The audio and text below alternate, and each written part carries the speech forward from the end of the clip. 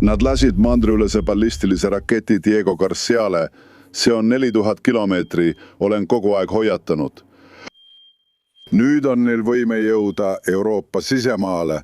Nad on juba tulistanud Euroopa riigi Küprose pihta. Nad seavad kõik sihikule. Ja neljandaks, nad katkestavad rahvusvahelist mereteed, energiateed ja üritavad kogu maailma šantažeerida.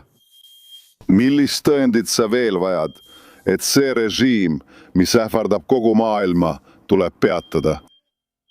Iisrael ja Ameerika Ühendriigid töötavad koos üle kogu maailma ning on juba aeg näha ka teiste riikide juhte ühinemas. Mul on hea meel öelda, et mõned neist liiguvad juba selles suunas. Aga on vaja enamat kui president Trumpi üleskutse, et rahvusvaheline kogukond astuks vastu sellele fanaatilisele terroristlikule režiimile. See on üleskutse mitte ainult USA ja Iisraeli, vaid kogu maailma turvalisuse nimel. On aeg tegutseda. Härra, kuidas vastate rünnakule Iisraeli tsiviilisikute vastu? Vastame jõuliselt, kuid mitte tsiviilisikutele. Me läheme režiimi kallale, me läheme IRGC kallale, sellele kuritegelikule jõugule ja me läheme nende enda kallale isiklikult. Läheme väga suure jõuga nende juhtide, rajatiste ja majandusvarade kallale. Kuidas näeks välja võit selles kampaanias? No me määratlesime 2 selget eesmärki. Üks eesmärk on nende tuumaprogrammi täielik hävitamine, nende raketiprogrammi täielik hävitamine, nende võime täielik hävitamine toota mõlema programmi komponente. Me liigume selles suunas. Soovime luua tingimused, et Iraani rahvas saaks kukutada neid piinava türannia, mis rikub nende elu ja mõjutab kogu maailma. Loodan, et suudame selle saavutada. President Trump teatas öösel, et kui iraanlased ei ava 48 tunniga Hormuzi väina, rünnatakse Iraani elektrivõrke. Kas osalete rünnakutes ja mida arvate kampaania edasistest sammudest? Aitäh! Ma arvan, et president Trump teab täpselt, mida ta teeb. Ja kõik, mida me teeme koos ning võimalikult diskreetselt. Aitäh! Kui peaminister lahkus, küsisin temalt president Trumpi kohta ja ta rääkis nende suurepärasest suhtest operatsiooni Eepiline raev ajal. Operatsioon kestab 4. nädalat ning lähitundidel ja päevadel ootame Iraani režiimi vastu intensiivsemaid rünnakuid. Kallid sõbrad! Nii, peaminister ütles, et ta loodab, et mõned teiste riikide juhid hakkavad joonduma ja võtavad seda tõsiselt.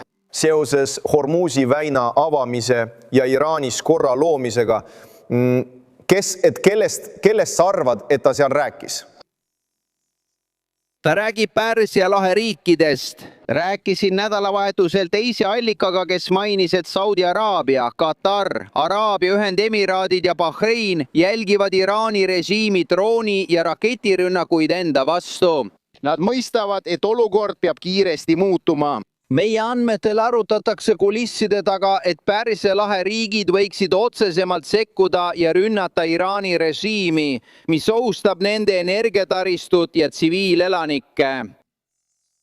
Ja Trey, sa küsisid seal lõpus peaministrit, mis juhtub 48 tunni pärast. Ta ütleb selgelt, et president Trump teeb, mida peab õigeks ja Iisrael toetab teda.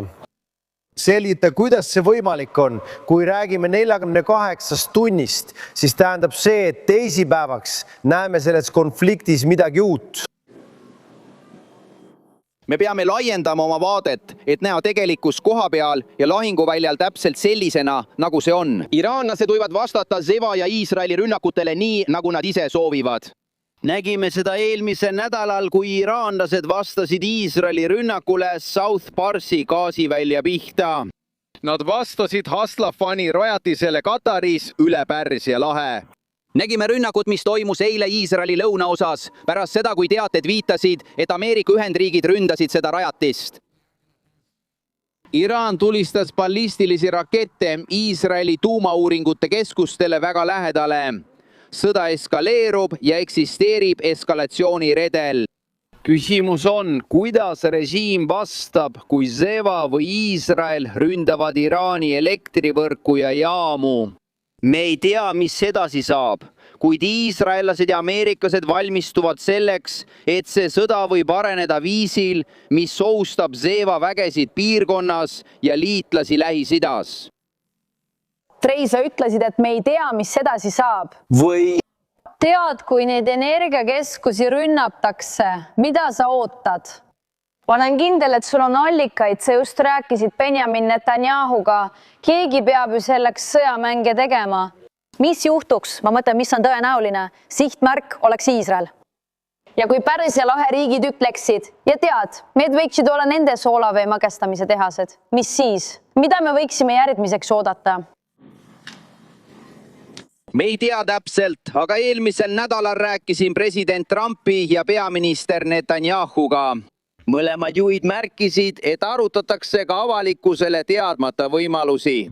Ja see on oluline punkt, et arutada siin, mida me teame president Trumpi ja peaminister Netanyahu avalikest aruteludest. See on vaid osa sellest, mida nad salaja arutavad ja millised on sõjalised võimalused Iraani vastu, kui sellised rünnakud, mis igastasid üle 100 inimese korduvad.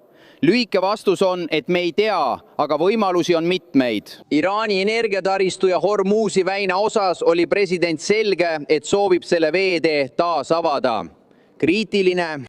Iraanlastel on laevavastased raketid ja varustus rannikul ning Ameerika Ühendriigid ja Iisrael võivad neid ladusid ja stardipositsioone rünnata. tead, mulle tundus sinu viimane küsimus huvitav. Seal, kui peaminister ütles, loetles ta 2 eesmärki, mida ta soovis saavutada.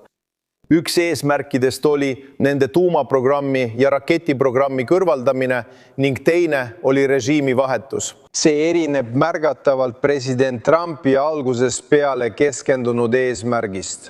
Sealhulgas tema viimane teade, et ta on valmis režiimiga koostööd tegema. Kui nad nõustuvad kõigi nende punktidega, raketiprogrammi kaotamine, inspektorite lubamine, tuumaprogrammi kaotamine, nende tuumaprogrammi kaotamine. See tundub mulle suur erinevus Netanyahu ja iraanlaste eesmärkide vahel. Kindlasti. Iisraellased ja ameeriklased näevad paljusid asju erinevalt. Eelmisel nädalal nägime olulisi maapealseid ettevalmistusoperatsioone Iisraeli vägede spetsiifilisteks rünnakuteks Iraani režiimi vastu. 48 tunni jooksul elimineeriti Ali Larijani, Iraani rahvusliku julgeolekunõukogu sekretär. Hukkusi komandör Soleimani, Basiji juht IRGC-s ja luureminister Ismail Khatib. Kõik need isikud osalesid sel aastal meeleavaldajate mahasurumisel. Iisrael loob tingimusi, et kui otsus tehakse innustada meeleavaldajaid Iraani tänavatele naasma ja režiimi vastu protestima.